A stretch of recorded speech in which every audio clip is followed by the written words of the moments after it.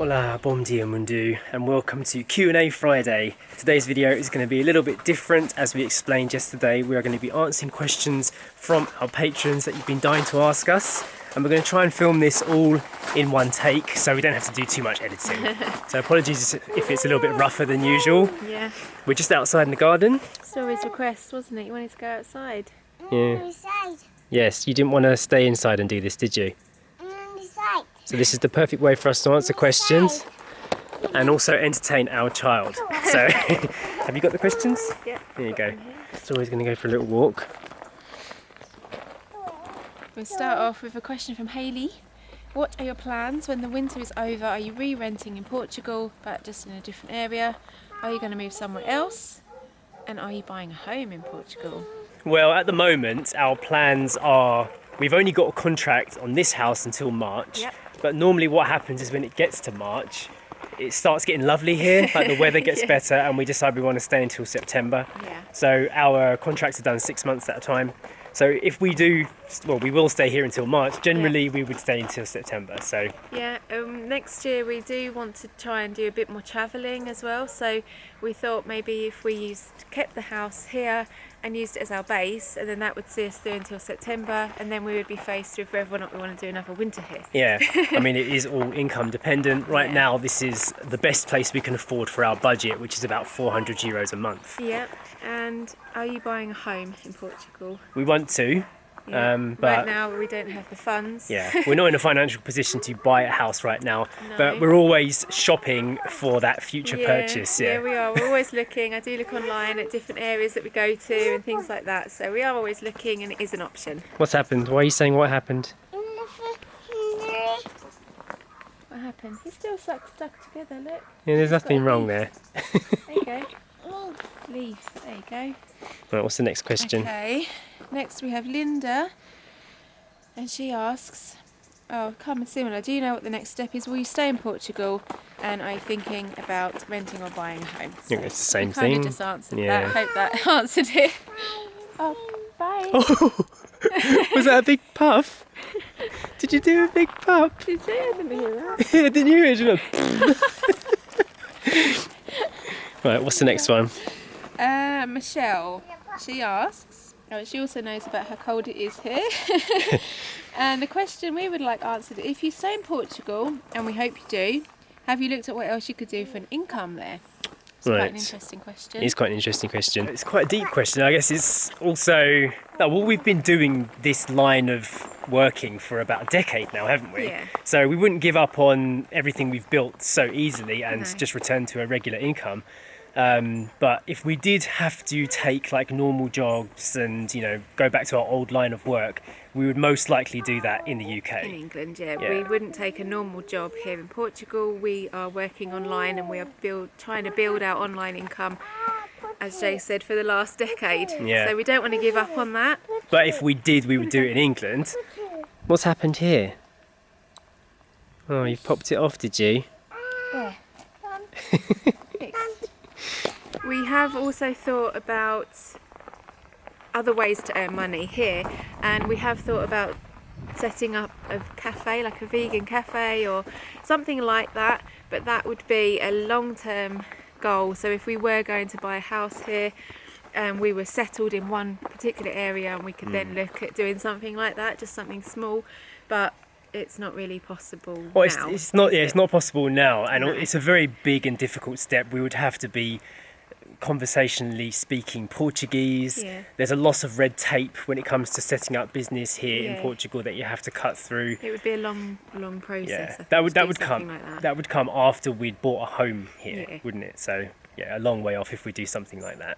So I hope that answers that question. Yeah. Okay. Jen asks, what happened with moving back to the UK? Are you still considering this? Yes. Yeah, we are. Yeah, we are still considering it. It's not. It's like we've said with pretty much a lot of our decisions. Nothing is off the cards. There are lots of places in England that are very beautiful and have low cost of living that we would consider, like the Yorkshire Dales or Wales. Wales, we Or do like Wales. city-wise, we would like Bristol, Cardiff. Cardiff. Yeah, there's lots of and a lot of those decisions would be based on where the kind of alternative private schools are based, Yeah, aren't and they? like where you can have a nice outdoors life, so somewhere like the Peak District or Devon. I know that that's a more expensive area as well, so you have to weigh it up, but we are Yeah. looking, and we do look in all kinds of different areas in the UK. And obviously now that we've got Story and we have to think about if we were to buy a home somewhere in the UK, we'd Yeah. obviously choose somewhere near to a school that we'd want to send her to. So we're looking at like the Montessori and Waldorf options, as you would expect from a couple like us. And a lot of those places have those around there. So Yeah. it's established in that I way. think someone's asked that later on, so we'll talk a bit more about that. Okay. All right, next question we've got. You mentioned that you lived in Australia a while ago. What countries have you lived in and for how long? And what countries have you travelled to? We haven't lived in many countries. We lived in Australia for about 6 months in Sydney. Yeah. And we were working there. We had like proper jobs, didn't we? Like, yeah. you know, paying taxes and everything, bought a car. Yep. And we stayed there. It was nice in Australia. Yeah. But I think one of the problems with living there was that because we were doing just a normal life situation, a normal work, it felt the same as living in England or Yeah. living anywhere. It wasn't quite what we expected. But Well, when we think of living somewhere, what makes you live somewhere rather than just travel, it was because we rented a flat and we were working and we bought a car, and you know, we had that kind of, rather than just backpacking around. Yeah. So that's why we say we've only lived in Australia and Portugal and Thailand. no, I'm just following Story around. She keeps saying plane, running off over this side. What do you want to see? You want to see the car? Yeah? You want to run around the car? Go for it. Go on then. Have you got the next question loaded up? Oh, you're busy. Oh, we haven't finished that one. Oh. What other countries have you travelled to?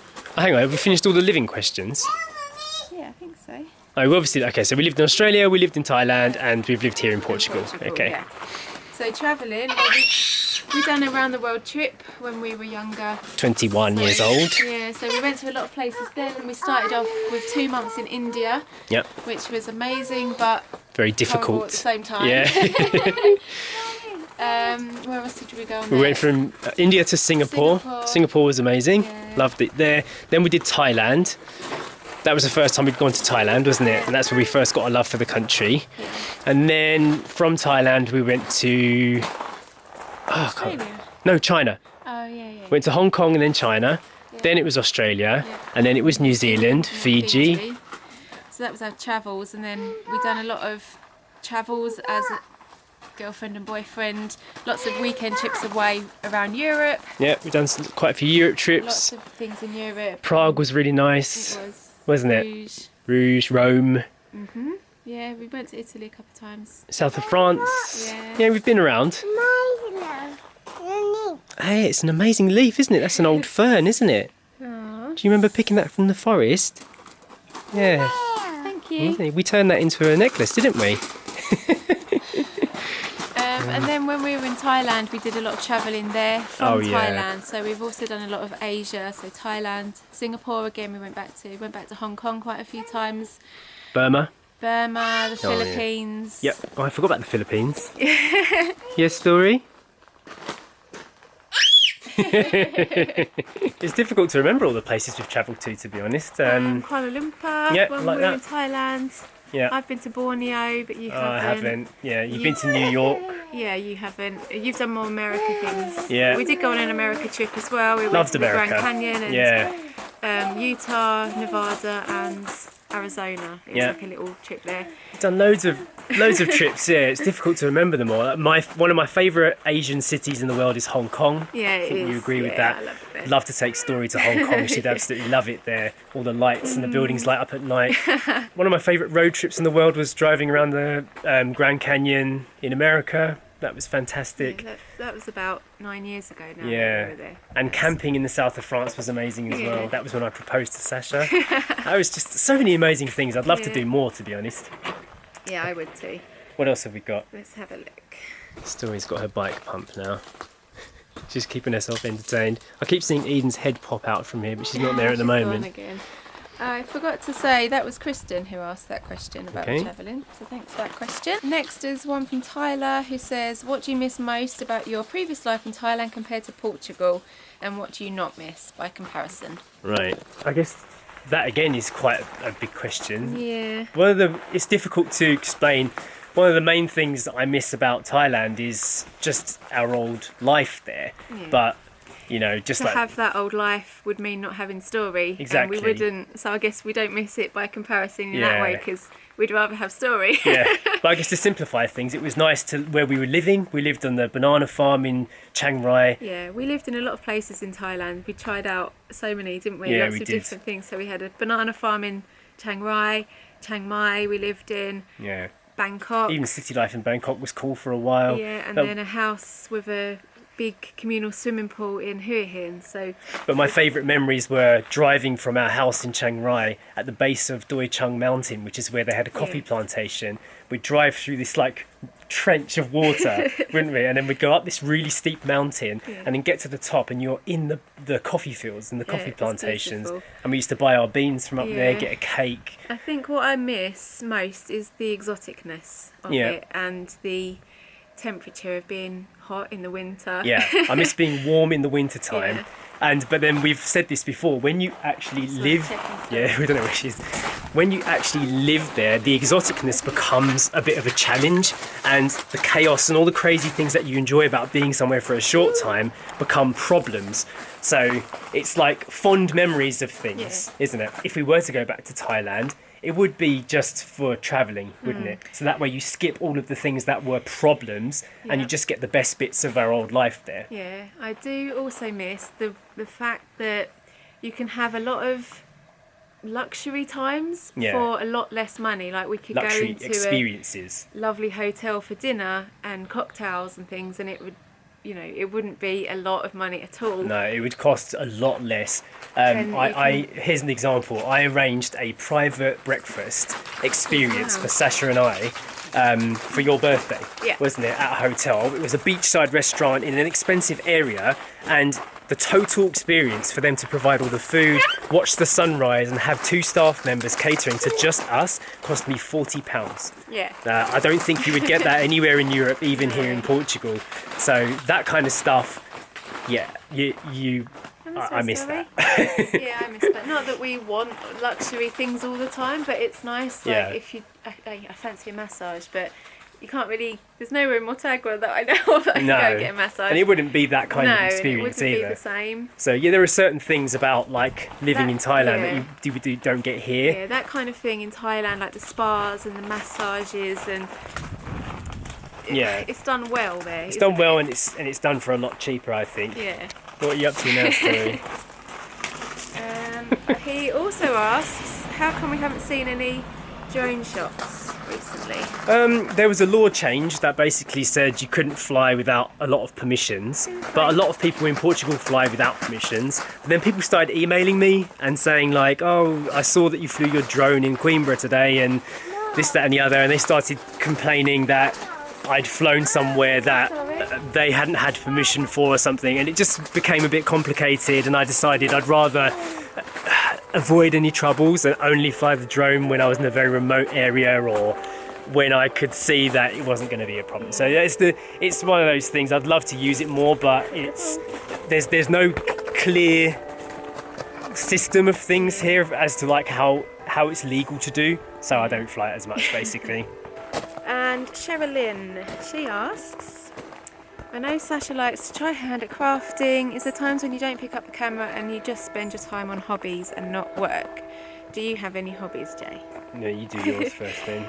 Okay, there are lots of times when we don't pick up the camera and we just want to concentrate on us, and I like to write. I like to write poems and songs and things like that, and I like to doodle. Reading, although reading has, since having Story, I think I've read 2 books in a year and I'm still working on the second one, so I don't really have much time to read anymore, which is a shame, but I just don't. What else do? I like cooking mainly. That's my kind of creative outlet when I don't have time to sit down and get paints out and stuff. Yeah. I like to be in the kitchen and cooking stuff. I think because we don't really have much of our own free time anymore because of story and because of work, what's happened is a lot of our work has turned into our hobby. Yeah. So, for example, my main hobby, the thing I enjoy doing most is editing photographs and editing like special project videos for myself. And those are also kind of tied into what we do for a living. So I guess like we make time for that because it's also part of what we do day in, day out. But in terms of like things that are not related to what we do day in, day out, I really enjoy tinkering around with old vehicles. And like I used to paint cars for a living when I was younger. I enjoy that if it's for me, but that requires a huge garage and a big project and a lot of money. So I don't do that anymore. I like to read, I like to learn about new technology and the human body, fitness, the world. Yeah, just generally learning about interesting things. Yeah. That's my hobby nowadays. What else we got? Okay. And Sherilyn also asks, would you look into doing merch decorated by Story herself? That's a nice idea.